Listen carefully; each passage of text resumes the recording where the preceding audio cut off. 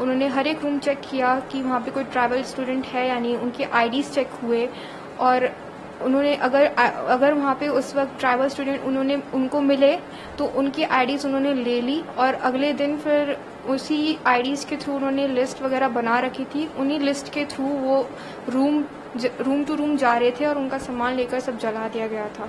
ये जो अभी समस्याएं चल रही थी, दंगे वगैरह हो रहे थे, ये काफी बढ़ चुके हैं और मणिपुर यूनिवर्सिटी के कैंपस तक चीजें आ चुकी हैं। तो जैसे तैसे हम लोग अपने टीचर्स के साथ उनकी कार में बैठ के कैंपस तक गए थे ताकि हम सुरक्षित हॉस्टल पहुंच सके।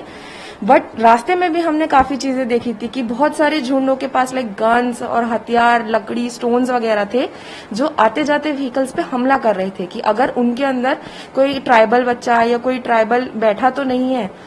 हम जब वहाँ May 3 को थे, शाम में जब मॉब्स आना स्टार्ट हुई, तब हमने कोशिश की कि हम पुलिस को, वुमेन हेल्पलाइन को, सबको कॉल करें, बट किसी ने कॉल नहीं उठाया और वो अक्सर हर टाइम बिजी ही था।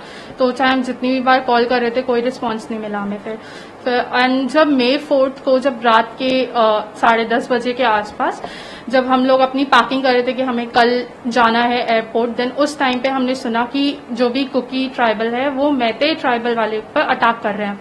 तो जितने भी हॉस्टल में जितनी भी लड़कियां हैं, उन्हें एक हॉस्टल नंबर 5 में सबको वहीं पर ही जाना और वहीं पर ही रहना होगा रात के लिए। तो उस टाइम पे भी जब हम इतनी हड़बड़ी में थे, भागा भागी में थे, तब हमने पुलिस को, अपर अथॉरिटीज को, सबको हमने कांटेक्ट करने की कोशिश की, बट हमें कोई रिस्पांस नहीं मिला था उस टाइम पे भी। एंड हम इवेंचुअली हम सब सिर्फ अपने बल पे थे। एंड रात में हमने बहुत सारी फायरिंग, शूटिंग सब सुनी, बट उस टाइम पे भी पुलिस ने कोई रिस्पांस नहीं दिया था हमें। कितने स्टूडेंट होंगे उस टाइम आपके साथ? उस टाइम 200 to 250 या इवन उससे ऊपर भी हो सकते हैं। जितनी भी गर्ल हॉस्टल थी, वो सारी लड़कियां, कुछ कुकी बच्चों को छोड़ के जो ऑलरेडी आर्मी कैंप्स में भाग चुके थे, उन बच्चियों को हटाकर सारे हम जितने भी स्टूडेंट्स थे, आउटसाइडर्स या ट्राइबल वाले, सब एक साथ एक ही हॉस्टल में थे उस टाइम। पुलिस ने पूरा सर्च अभियान शुरू किया? उस टाइम पे नहीं जी, नहीं।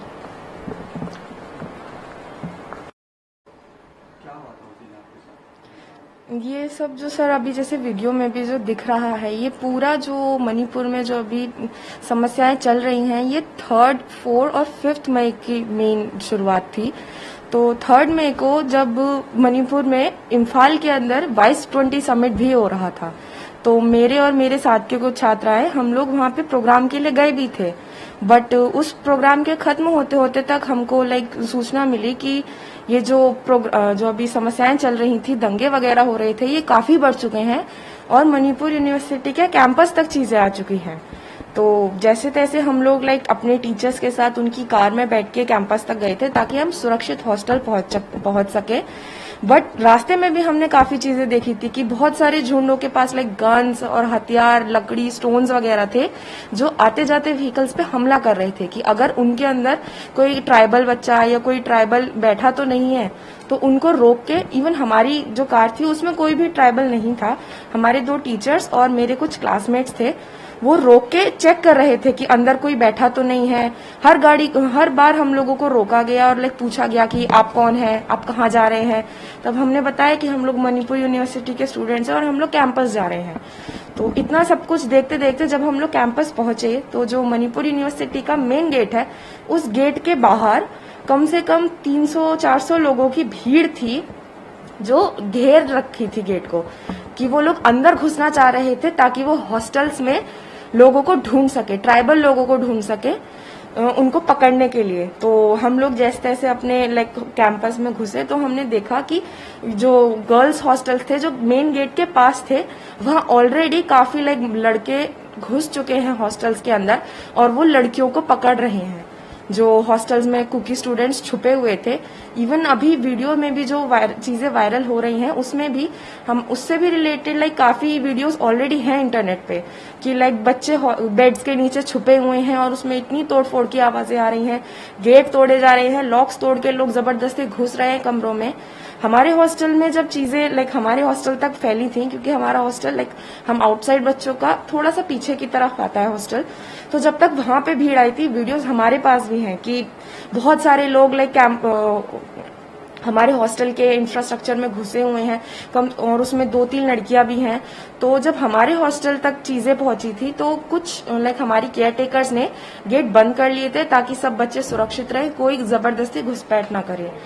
तो उन लोगों ने सिर्फ अलाउ किया कि कोई मेल अंदर नहीं आएगा, सिर्फ 2 फीमेल आ सकती हैं। तो वो 2 फीमेल आई थी हमारे रूम्स में और बाकी सारे रूम्स में चेकिंग कर रही थी कि कोई कुकी बच्चा तो नहीं है। उन्होंने हमारे आईडी कार्ड्स भी लिए थे और जो ट्राइबल स्टूडेंट्स थे उन लोगों के आईडीज कलेक्ट करके अपने पास रख लिए थे। अब उस टाइम पे जो हमारे क्लासमेट्स थे और हमारे हॉस्टल मेट्स थे जो ट्राइबल स्टूडेंट्स थे, हमने उन लोगों को बोला कि आप लोग छुप जाओ। तो खाली रूम्स जो थे वो लोग उनके बेड के अंदर छुपे हुए थे और हम लोगों ने रूम लॉक कर दिया था ताकि वो लोग सेफ रहे, कि हम बोल सकें कि इस रूम में कोई नहीं है, हमारे आसपास कोई कुकी स्टूडेंट नहीं है। बट स्टिल जब चीजें ये सब खत्म हुई तो रात तक जब उन्होंने अपने फैमिली को कांटेक्ट किया तो वो यही बोले कि आपको जाना ही पड़ेगा। उनके पेरेंट्स उन लोगों को रात में ही पिक करने आए थे, रात के 12-1-2 बजे के करीब, और काफी लोग तो रात में ही हॉस्टल से चले गए थे क्योंकि उन्हें अंदाजा लग चुका था कि अब जाना जरूरी है और कल भी चीजें और बिगड़ सकती है। तो ये सब तो 3 मई की रात में था। 4 मई को जब सुबह उठे थे तो सुबह अर्ली मॉर्निंग इतना कुछ प्रॉब्लम नहीं थी, बट फिर धीरे धीरे हम लोगों ने जब बाहर अपने रूम की बैल्कनी से बाहर देखा तब हमने देखा कि वहां पे अलग अलग हॉस्टल से आग फ्लेम्स और स्मोक दिख रहा था। तब हमको पता चला जिन स्टूडेंट्स की आईडीज कलेक्ट हुई थी एक दिन पहले ट्राइबल स्टूडेंट्स की, उन्हीं स्टूडेंट्स का फर्नीचर, बुक्स और बिलोंगिंग्स, पीएचडी स्टूडेंट्स की सारी रिसर्च पेपर सबको जलाया जा रहा था और उनका फर्नीचर तक उस टाइम पे छोड़ा नहीं गया था जो उनके हॉस्टल्स के अंदर था। तो काफी लोग तो जब रात में चले गए थे वो लोग अपना थोड़ा बहुत डॉक्यूमेंटेशन ही साथ ले पाए, क्योंकि रात में जब इतना मुश्किल में भागना पड़ रहा था तो सामान उनका सब वहीं था। हम लोग देख सकते थे हमारी बालकनी से कम 8-9-10 जगह से फ्लेम्स दिख रही थी उस टाइम पे रात में। तब हमने भी अपने फैमिली से कांटेक्ट करने की कोशिश की, बट उस टाइम तक डेटा कनेक्टिविटी बंद हो चुकी थी। हम लोग कांटेक्ट भी कर रहे थे तो कभी कॉल्स लग रहे थे, कभी नहीं लग रहे थे। तो जिस तरीके से हम कांटेक्ट कर पाए अपने पेरेंट्स से, हमने समझाया कि इतना सब कुछ सिचुएशन खराब हो चुका है, हम लोगों को वापस आना ही पड़ेगा। 4 मई की शाम के करीब हमारे कैंपस हमारे हॉस्टल में भी वीसी और कुछ ऑफिशियल्स आए थे। पहले तो हमको बोला गया था कि ठीक है वहां पे अभी कोई प्रॉब्लम नहीं है, अगर आप डर रहे हो इट्स फाइन, कोई इशू नहीं है अभी। बट थोड़ी देर बाद ही हम लोगों को इन्फॉर्म किया गया that we have to leave, hostels खाली करने पड़ेंगे। तब जाके चीजें समझ आ रही थी कि अब मणिपुर में रहना सेफ नहीं है, वी हैव टू गो। तब उस टाइम के अराउंड शाम के शायद 7-8 बज चुके थे, सब लोग पैकिंग स्टार्ट कर चुके थे कि कल फ्लाइट बुक करके जैसे न तैसे 5 मई तक मणिपुर से जाना ही पड़ेगा। रात के टाइम तभी हम लोगों को इन्फॉर्म किया जाता है कि हम लोगों को अपना हॉस्टल भी छोड़ना पड़ेगा ताकि हम किसी एक कॉमन हॉस्टल में जाके सब लड़कियां रह सके, ताकि सबकी एक साथ सिक्योरिटी कर पाए। क्योंकि जो अब स्टूडेंट्स बचे थे वो सिर्फ आउटसाइडर स्टूडेंट्स ही थे, जो मणिपुर से बाहर के स्टूडेंट्स थे।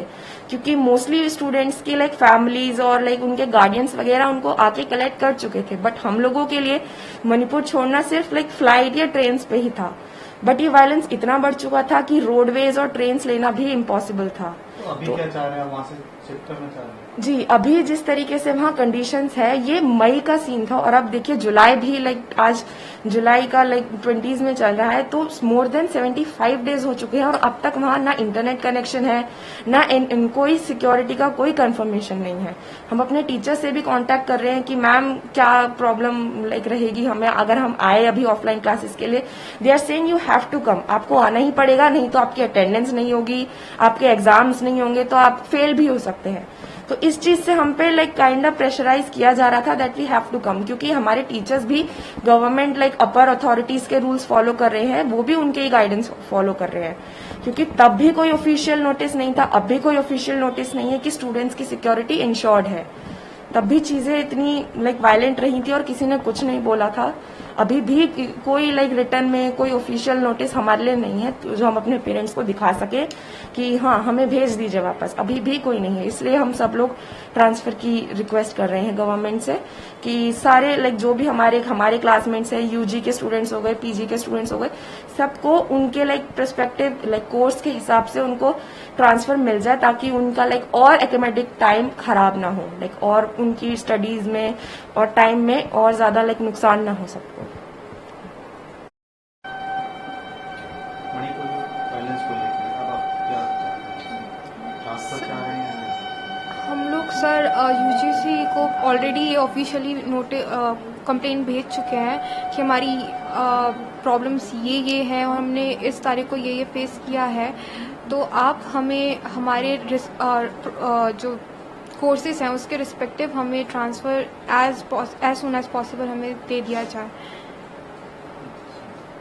उस दिन जब घटना होती है पुलिस अंदर आई थी टीसी में, तो वीसी को कोई रोक नहीं है? सर वीसी सर आए थे हमें कंसोल करने कि आप डरिए मत, सब कुछ ठीक है यहाँ पे, ये 1-2 दिन में चीज़ें ठीक हो जाएंगी। और जिस दिन वो आए थे 3 तारीख को, उसी दिन 4 तारीख को आए थे और उसी दिन फिर वीसी सर के ही थ्रू हमें ये पता लगा कि उन्होंने ऑफिशियली ये बोल दिया है कि स्टूडेंट्स अपने घर वापस चले जाइए।